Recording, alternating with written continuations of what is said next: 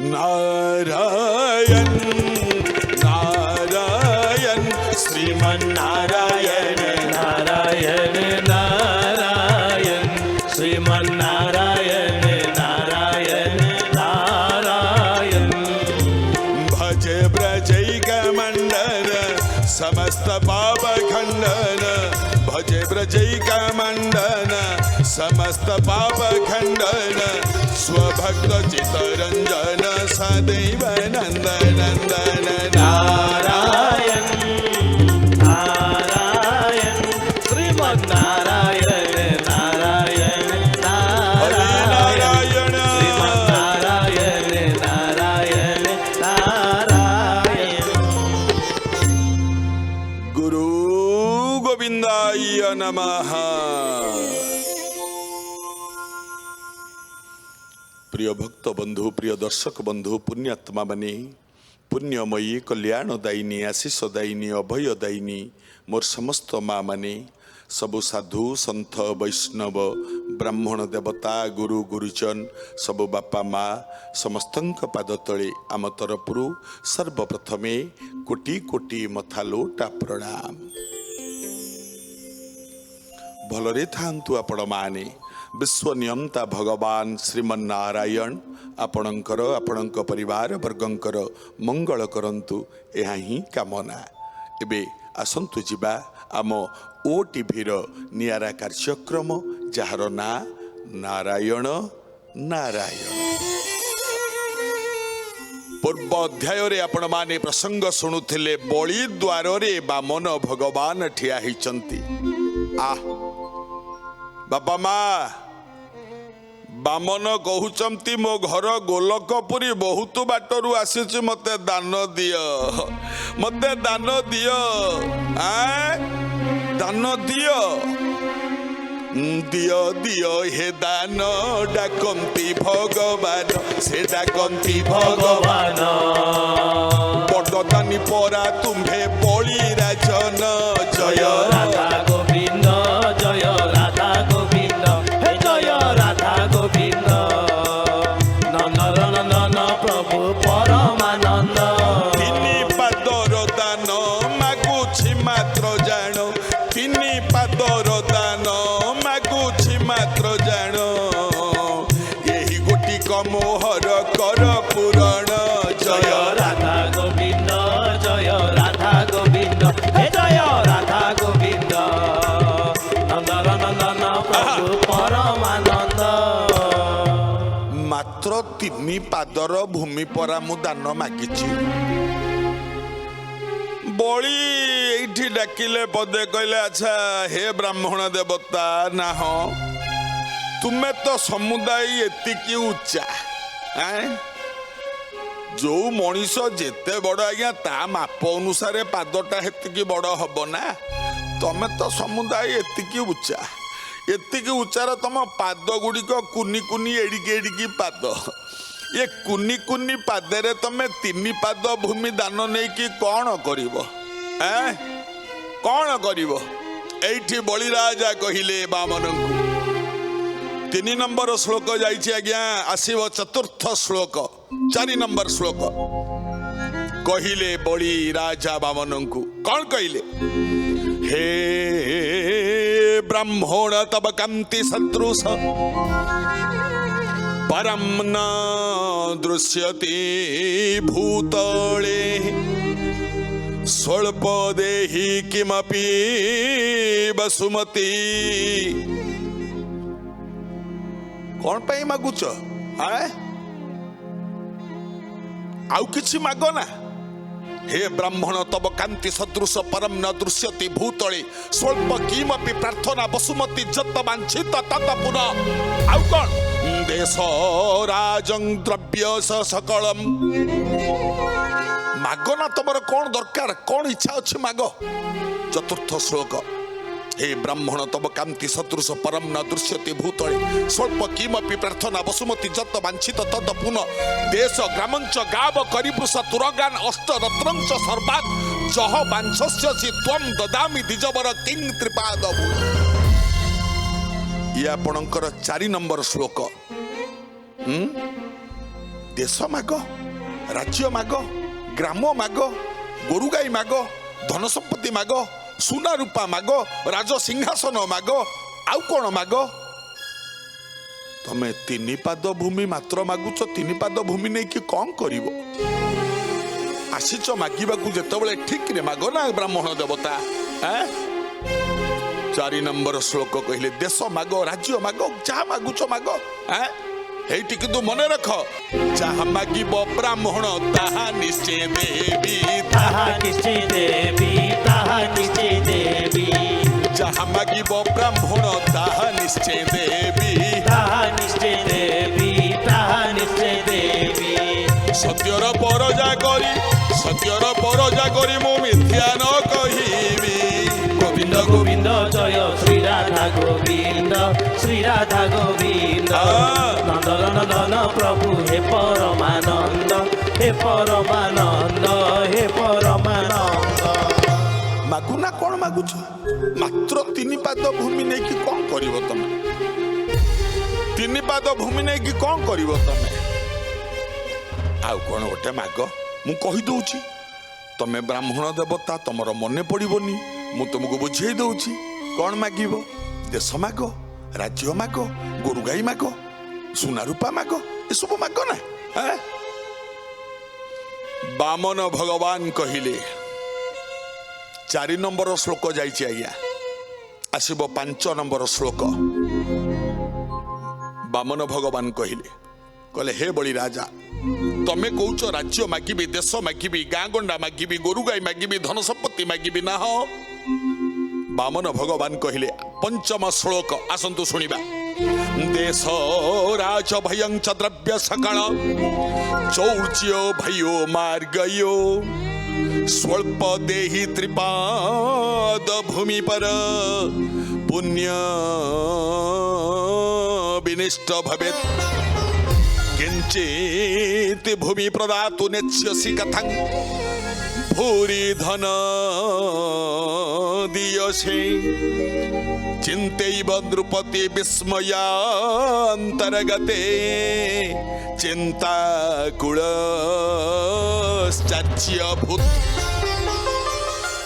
यह 5 नंबर श्लोक।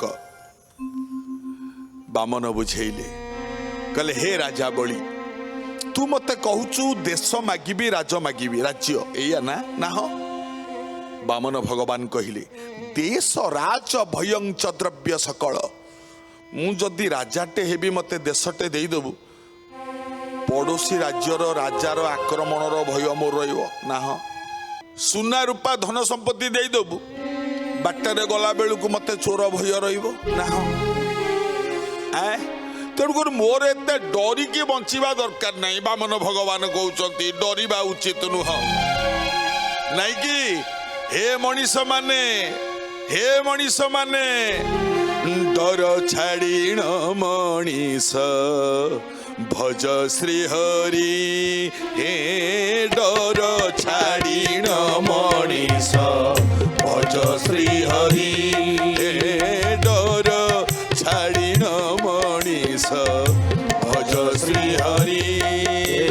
डर छाड़ीण मनीष भज श्री हरि। अंत काले जीवु निश्चय, अंत काले जीवु निश्चय, वैकुंठपुरी डर छाड़ी रे मनीष भज श्री हरि। डर छाड़ी रे मनीष भज श्री हरि।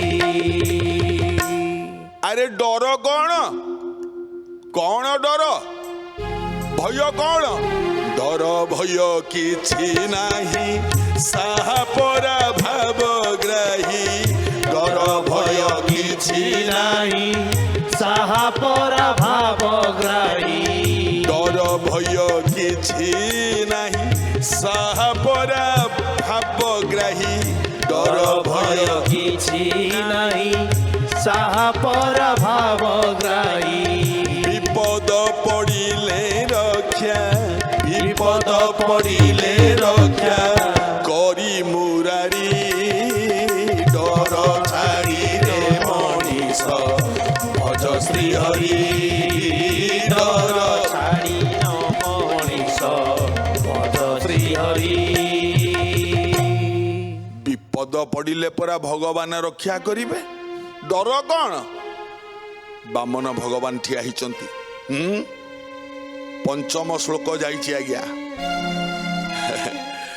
ଆଜ୍ଞା କହିଲେ ଦେଇଦେ ନା 3 ପାଦ ଭୂମି ଦାନ ମତେ ଦେଇଦେ, ମୁଁ ଦାନ ନେଇକି ପଳେଇବି ବାସ୍, ମୋର ଆଉ କିଛି ଦରକାର ନାହିଁ। ମତେ ଯୋଉ ଯାଚୁନୁ ତୁ ଧନ ସମ୍ପତ୍ତି, ମୋର ହେଗୁଡା କ'ଣ ହବ, ମୋର କ'ଣ କରିବି, ମତେ ଦେଇଦେ 3 ପାଦ ଭୂମି, ମୁଁ ପଳେଇ। ବଳି ଯେତେବେଳେ ପ୍ରସ୍ତୁତ ହେଲେ ଦାନ ଦବା ପାଇଁ, କୋଉଠି ଥିଲେ କିଏ?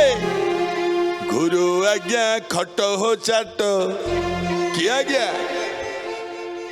ଗୁରୁ ଆଜ୍ଞା ଖଟ ହୋ ଚାଟ, ଗୁରୁ ଆଜ୍ଞା ଖଟ ହୋ ଚାଟ, ଗୁରୁ ଆଜ୍ଞା ଖଟ ହୋ ଚାଟ, ଗୁରୁ ଆଜ୍ଞା ଖଟ ହୋ ଚାଟ। ଯେବେ ପଢିବୁ ତୁ ଅପଢା ପାଠ, ଗୁରୁ ଆଜ୍ଞା ଖଟ ହୋ ଚାଟ, ଗୁରୁ ଆଜ୍ଞା ଖଟ ହୋ ଚାଟ। ଯେବେ ପଢିବୁ ତୁ ଅପଢା ପାଠ, ଗୁରୁ ଆଜ୍ଞା ଖଟ ହୋ ଚାଟ, ଗୁରୁ ଆଜ୍ଞା ଖଟ ହୋ ଚାଟ, ଗୁରୁ ଆଜ୍ଞା। ଖଟ ହୋ ଚାଟ। ଇଏ ବାମନଙ୍କୁ ଦାନ ଦବା ପାଇଁ ବଳି ଯେତେବେଳେ ପ୍ରସ୍ତୁତ ହେଲେ, କୋଉଠି ଥିଲେ ଗୁରୁଦେବ ଶୁକ୍ରାଚାର୍ଯ୍ୟ? ଠିଆ ପଡିଲେ ଆସି ଜୟ ବଳି, ଏ ବଳି ଶୁକ୍ରାଚାର୍ଯ୍ୟ ଯେତେବେଳେ ବାମନଙ୍କୁ ଦେଖିଦେଲେ, କହିଲେ ଇଏ ଭଗବାନଙ୍କ ଛଡା ଆଉ କେହି ନୁହଁ, ଇଏ ଆସିଛି ମାନେ ବଳି ରାଜାଟାକୁ ଲୁଟିକି ନେଇଯିବ, ବଳିଟା ସମୁଦାୟ ଗଲା, ଇଏ ଛାଡିବନି। ଇଏ ଓଡ଼ିଆ ଭାଗବତ ଜମାୟା ଦେବେ ଅଗୋଚର କାହୁଁ ଜାଣିବେ ନରଛାର। ଗୋବିନ୍ଦ ଗୋବିନ୍ଦ ଗୋବିନ୍ଦ ପଦୁ ବଳୁଛି ମକରନ୍ଦ।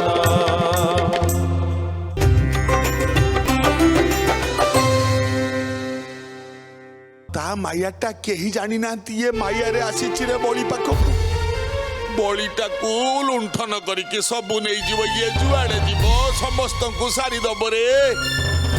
ଶୁକ୍ରାଚାର୍ଯ୍ୟ ଜାଣି ପକେଇଲେ, କହିଲେ ବଳି କେମିତି ଜାଣିପାରୁନି? ଶୁକ୍ରାଚାର୍ଯ୍ୟ ବୁଝୁନାହାନ୍ତି, ବଳି ମଧ୍ୟ ଆଗରୁ ଜାଣି ସାରିଲାଣି। କହିଲେ ଇଏ କେମିତି ଜାଣିପାରୁନି? କହିଲେ କ'ଣ? ଆସିକି ମଝିରେ ଠିଆ ହେଇ ପଡିଲେ। ଏ ବାପା ମା, ମୁଁ କହିଛି ବଳି ବାମନାଷ୍ଟକ 8ଟା ଯାକ ଶ୍ଲୋକ ପଢିବି। ଯାଇଛି 5 ନମ୍ବର ଶ୍ଲୋକ, ଆସିବ 6 ନମ୍ବର ଶ୍ଲୋକ। ଶୁକ୍ରାଚାର୍ଯ୍ୟ ଠିଆ ହେଲେ। 6 ନମ୍ବର ଶ୍ଲୋକ ଆସନ୍ତୁ ଶୁଣିବା। କ'ଣ? ଜ୍ଞାତ୍ୱା ଦୈତ୍ୟ ଗୁରୁ ବଳିଶ୍ଚ ମାନସଂ ଜ୍ଞାନଦତ ତତ୍ପଦଂ ଭାଗ୍ୟ ପୂର୍ବକୃତଂ च जन्म सकल तत्पाद रेन्वामयि उद्धृतंग सप्त गोत्रंग मम कुल सहिते भातृबंधुश्च सर्वान् दासोहंग चिरकाल विष्णु चरणे स्तस्याम स्वर्गे सदा। 6 नंबर श्लोक कौन कहला आज्ञा? ज्ञात्वा दैत्य गुरु बलिश्च मानसम ज्ञान दतम तत्पदम। ज्ञात्वा माने जानी पकेइले कि शुक्राचार्य ये स्वयं ब्रह्म आछंती, ये बलि की नहीं छिबे, बलि आ बंचिबोनी। बलि जदि दान देई दउछि माने बलि पळेइबो। शुक्राचार्य जानिचंती एक कथा एवं मने मने भाबिले, कहले हे बलि राजा, आज तो पाई मु मध्य उद्धार पाई गली रे। शुक्राचार्य कहउछम मु एका उद्धार पाइबिनी, किए ना उद्धृतंग सप्त गोत्रंग मम कुल सहित ज्ञाति बंधुश्च सर्वान्। मु एका उद्धार पाइबिनी, मो सहित मो सप्त गोत्र उद्धार पाइजिबे। ज्ञाति बंधु कुटुंब समस्त उद्धार पाइजिबे। तो पाई मु आज भगवान को दर्शन पाई गली रे बली। आ मु कोन हेबी ना दासोहंग चिर काल विष्णु चरण स्तास्याम स्वर्गे सदा। ମୁଁ ସବୁବେଳେ ଭଗବାନଙ୍କ ପାଦରେ ଦାସ ହେଇକି ରହିବି ବଳି ରେ ଏସବୁ ତୋରି ପାଇଁ ମୋର ହେଲା। ଗାଁରେ ଗାଁ ଗହଳିରେ ମା ମାନେ ଗୋଟେ କଥା କହନ୍ତି ଆଜ୍ଞା, କଣ ଲେଉଟିଆ ଯୋଗୁ ପାଣି, ଲେଉଟିଆ ଯୋଗୁ ପାଣି ପାଇଲା କିଏ,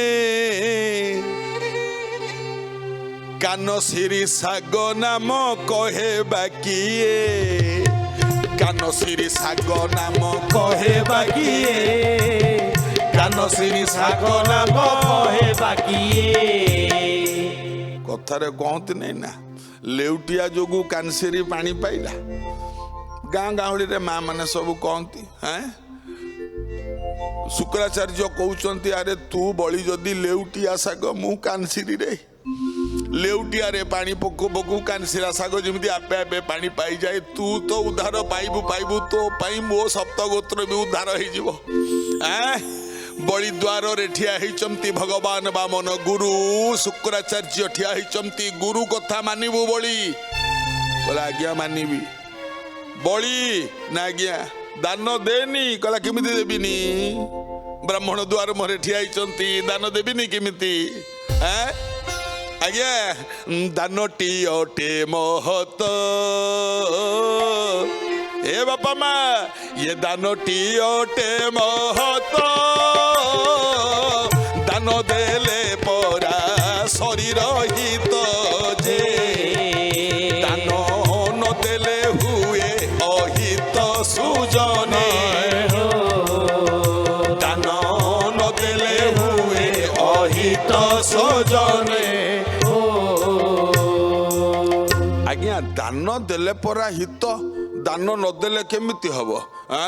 ଏ ବାପା ମା ଶୁକ୍ରାଚାର୍ଯ୍ୟ ତ ଠିଆ ହେଇଛନ୍ତି ନା, ଭଗବାନଙ୍କୁ ଦେଖିକି ଚିନି ପକେଇଲେଣି, ହାତ ଯୋଡ଼ି ଭଗବାନଙ୍କୁ ପଦେ ଡାକୁଛନ୍ତି। ଏନେ ବଳି ଠିଆ ହେଇଛି, ବାମନ ମାଗିଛନ୍ତି ତିନି ପାଦ ଭୂମି, ଶୁକ୍ରାଚାର୍ଯ୍ୟ କହୁଛନ୍ତି ବଳି ଦାନ ଦେ ନା, ବଳି ଦାନ ଦେ ନା, ବଳି ଦାନ ଦେ ନା, ଶୁକ୍ରାଚାର୍ଯ୍ୟ କହୁଛନ୍ତି।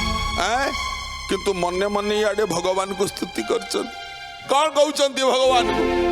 ଛିଣ୍ଡି ଗଲା କି ଯଶ ପତାକା, ମୁଡୁ ଡୁ ଡୁ ଡୁ ଡୁ ଡୁ ଡୁ ଡୁ ରେ ପଦ କଣ କହିଲେ?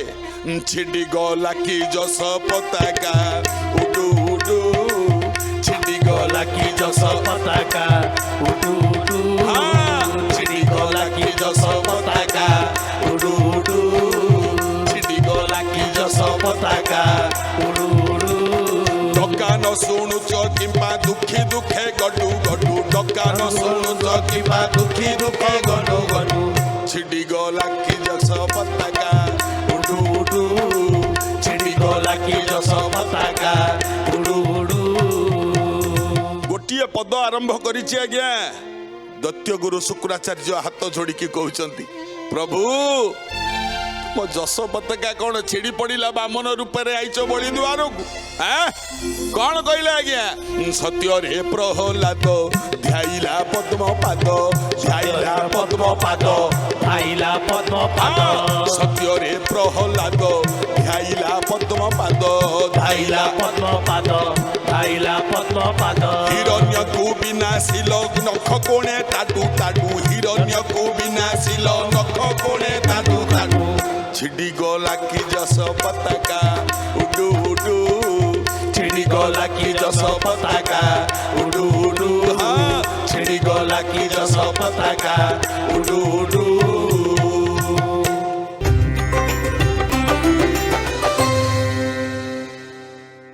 ବାପା ମା ଡୁ ଡୁ ସବୁ ପଦ ଶେଷରେ ଡୁ ଡୁ ଡୁ ଡୁ ରେ ଛିଡୁଥବ। ସତ୍ୟ ଗଲା, ଆସିବ ତ୍ରେତା। କଣ? ତ୍ରେତାରେ ବିଭୀଷଣ ପଶିଲା ଯେ ଶରଣ, ପଶିଲା ଯେ ଶରଣ, ପଶିଲା ଯେ ଶରଣ, ତ୍ରେତାରେ ବିଭୀଷଣ, ତ୍ରେତାରେ ବିଭୀଷଣ ପଶିଲା ଯେ ଶରଣ, ପଶିଲା ଯେ ଶରଣ, ପଶିଲା ଯେ ଶରଣ। ଦଶାନନ ବିନାଶିଲ କରେ ସର ଭିଡୁ ଭିଡୁ, ଦଶାନନ ବିନାଶିଲ କରେ ସର ଭିଡୁ ଭିଡୁ, ଛିଡ଼ି ଗଲା କି ଯଶ ପତାକା, ଉଡୁ ଉଡୁ ଛିଡ଼ି ଗଲା କି ଯଶ ପତାକା, ଉଡୁ ଉଡୁ ଛିଡ଼ି ଗଲା କି ଯଶ ପତାକା, ଉଡୁ ଉଡୁ। ଗଲା ତ୍ରେତା ଆସିବ ଦ୍ୱାପର ଡୁଡୁ ରେ ପଦ ଦ୍ୱାପରରେ ଦ୍ରୌପଦୀ ଚିନ୍ତିଲା କମ୍ବୁ ଭେଦି ଚିନ୍ତିଲା କମ୍ବୁ ଭେଦି ଚିନ୍ତିଲା କମ୍ବୁ ଭେଦି ଦ୍ୱାପରରେ ଦ୍ରୌପଦୀ ଚିନ୍ତିଲା କମ୍ବୁ ଭେଦି ଚିନ୍ତିଲା କମ୍ବୁ ଭେଦି ଚଢିଲା କପୁ ଭେଦି ଦୁଶାସନ ଦ୍ରୌପଦୀ କୁ ରକ୍ଷା କଲ ଦୁଷା ବସ୍ତ୍ର ଫେଡୁ ଫେଡୁ ଦ୍ରୌପଦୀ କୁ ରକ୍ଷା କର ଦୁଷା ବସ୍ତ୍ର ଫେଡୁ ଫେଡୁ ଛିଡି ଗଲା କି ଯଶ ପତାକା ଉଡୁ ଉଡୁ ଛିଡି ଗଲା କି ଯଶ ପତାକା ଉଡୁ ଉଡୁ ଛିଡି ଗଲା କି ଯଶ ପତାକା ଉଡୁ ଉଡୁ ଛିଡି ଗଲା କି ଯଶ ପତାକା ଉଡୁ ଉଡୁ ଗଲା ଦ୍ୱାପର ଆସିବ କଳି କଣ କଳିରେ ନୀଳା ଚଳେ ବସି ବଡ ଦେଉଳେ ବସି ବଡ ଦେଉଳେ ବସି ବଡ ଦେଉଳେ କଳିରେ ନୀଳା ଚଳେ ବସି ବଡ ଦେଉଳେ ବସି ବଡ ଦେଉଳେ ବସି ବଡ ଦେଉଳେ କେତେ ଭକ୍ତ ଗଡୁଛନ୍ତି ପାଦ ତଳେ ଗଡୁ ଗଡୁ କେତେ ଭକ୍ତ ଗଡୁଛନ୍ତି ପାଦ ତଳେ ଗଡୁ ଗଡୁ ଛିଡି ଗଲା କି ଯଶ ପତାକା ଉଡୁ ଉଡୁ ଛିଡି ଗଲା କି ଯଶ ପତାକା ଉଡୁ ଉଡୁ ଛିଡି ଗଲା କି ଯଶ ପତାକା ଉଡୁ ଉଡୁ ଛିଡି ଗଲା କି ଯଶ ପତାକା ଉଡୁ ଉଡୁ ବଢିଆ ଗୀତ ଆଜ୍ଞା ପୁରୁଣା କାଳିଆ ଗୀତ ବଳି ଦ୍ୱାରରେ ବାମନ ଠିଆ ହେଇଛନ୍ତି ଯାଇଛି 6 ନମ୍ବର ଶ୍ଲୋକ ଆସିବ 7 ନମ୍ବର ଶ୍ଲୋକ 8 ନମ୍ବର ଶ୍ଲୋକ ଯୋଡ଼ିଏ ଶ୍ଲୋକ ହବ ଆମର କଥା ସରିବ ବଳି ବାମନଙ୍କ କଥା କିନ୍ତୁ ଏଇ ଯୋଡ଼ିଏ ଶ୍ଲୋକ ଗାଇବାକୁ ଆଉ ଆଜି ସମୟ ସାଥ ଦଉନି ଆଜ୍ଞା 6ଟି ଶ୍ଲୋକ ଗାଇ ସାରିଲେଣି ଆଉ ରହିଲା ଯୋଡ଼ିଏ ଶ୍ଲୋକ ବଳି ଦ୍ୱାରରେ ବାମନ କ'ଣ ହବ ତାପରେ ଇଏ ଶେଷ ପର୍ଯ୍ୟାୟ କଥା ବିଦାୟ ନେବା କିନ୍ତୁ ବିଦାୟ ନେବା ପୂର୍ବରୁ ଆଜିର ଅନୁଚିନ୍ତା ଜ୍ଞାନୀ ଭକ୍ତ ବନ୍ଧୁମାନେ ଆଜିର ଅନୁଚିନ୍ତାରେ ବିଶେଷ ଭାବରେ ଝିଅମାନଙ୍କ ପାଇଁ ବୈଦ୍ୟଶାସ୍ତ୍ରରେ ଗୋଟେ ଭଲ କଥା ଅଛି ବହୁତ ଝିଅ ଛୁଆମାନେ ବହୁତ କଷ୍ଟ ପାଆନ୍ତି ଏ ସମୟରେ ଋତୁଶୂଳ ଆକୁ ବୈଦ୍ୟଶାସ୍ତ୍ରରେ ଏ ରୋଗର ନାଁ ଦିଆଯାଇଛି ଋତୁଶୂଳ ଋତୁଶୂଳ ମାନେ ଝିଅ ଛୁଆମାନେ ଋତୁ ସମୟରେ 2-3 ଦିନ ପର୍ଯ୍ୟନ୍ତ ଭାରି କଷ୍ଟ ପାଆନ୍ତି ପେଟ କାମୁଡ଼ାଠୁ ଆରମ୍ଭ କରି ମୁଣ୍ଡ ବୁଲେଇବା ବାନ୍ତି ହେବା ମୁଣ୍ଡ ବିନ୍ଧିବା ବହୁତ କଷ୍ଟ ପାଆନ୍ତି ଏ ସମୟରେ 2-3 ଦିନ ପର୍ଯ୍ୟନ୍ତ ଋତୁ ହେବାର 3 ଦିନ ପର୍ଯ୍ୟନ୍ତ ମନେ ରଖିବେ ଗୋଟେ ବଢ଼ିଆ କଥା ପୋକ ଶୁଙ୍ଗା ଚେର ସବୁଠି ମିଳିବ ଆଜ୍ଞା ଯୋଉଠି ଖୋଜିଲେ ବି ମିଳିବ ପୋକ ଶୁଙ୍ଗା ଚେର ନିହାତି କୋଉଠୁ କଲେକ୍ସନ କରନ୍ତୁ ପୋକ ଶୁଙ୍ଗା ଚେର ମନେ ରଖିବେ ଏ ପୋକ ଶୁଙ୍ଗା ଗଛର ଚେର କିଛି ଆଣି ଚାରଣୀ ଓଜନ ଆଗକାଳରେ ଯେଉଁ ଚାରଣୀ ଚଳୁଥିଲା ଚାରଣୀଟା ଯେତିକି ଓଜନ ସେତିକି ଓଜନର ଚେର ମାତ୍ର ନେବେ ଏବଂ ସେତିକି ଓଜନର ଚେର ନେଇ ସେ ଥଣ୍ଡା ପାଣିରେ ତାକୁ ବାଟିବେ ଥଣ୍ଡା ପାଣିରେ ବାଟି ତାକୁ ନେଇ ଋତୁ ହେବାର 7 ଦିନ ପର୍ଯ୍ୟନ୍ତ ଯେଉଁ ଦିନଠୁ ଋତୁ ହେଲା ସେଇ ଦିନଠୁ 7 ଦିନ ପର୍ଯ୍ୟନ୍ତ ଥଣ୍ଡା ପାଣିରେ ଚାରଣୀ ଓଜନର ପୋକଶୁଙ୍ଗା ଚେର ଆଣି ଥଣ୍ଡା ପାଣିରେ ବାଟି ଋତୁ ହେବାର 7 ଦିନ ପର୍ଯ୍ୟନ୍ତ ପ୍ରତ୍ୟେକ ଦିନ ସକାଳୁ ତାକୁ ପିଇବାକୁ ଦେବେ ଥଣ୍ଡା ପାଣିରେ ବାଟିକି ଟିକେ ଟିକେ ପିଇବାକୁ ଦେବେ ଏମିତି 7 ମାସ ଦେବେ ସବୁଦିନ ପାଇଁ ସେ ଛୁଆ ଭଲ ହେଇଯିବ ଆଉ କେବେ ତାର ଋତୁଶୂଳ ହେବ ନାହିଁ ବା ଋତୁ ସମୟରେ ପେଟ କାମୁଡ଼ା ଯେଉଁ କଷ୍ଟ ଏସବୁ କଷ୍ଟ ସିଏ ପାଇବ ନାହିଁ ଆକୁ ବୈଦ୍ୟଶାସ୍ତ୍ରରେ ସ୍ୱତନ୍ତ୍ର ଭାବରେ ପ୍ରମାଣ ଅଛି ମାନିଲେ ମଙ୍ଗଳ ହେବ ଇଏ ଥିଲା ଆଜିର କାର୍ଯ୍ୟକ୍ରମ ପୁଣି ଆଗାମୀ ଅଧ୍ୟାୟରେ ଭେଟ ହେବା ନାରାୟଣ ନାରାୟଣ ଶ୍ରୀମନ୍ନାରାୟଣ ନାରାୟଣ ନାରାୟଣ ଶ୍ରୀମନ୍ନାରାୟଣ ନାରାୟଣ ନାରାୟଣ गुरु गोविंदाय नमः।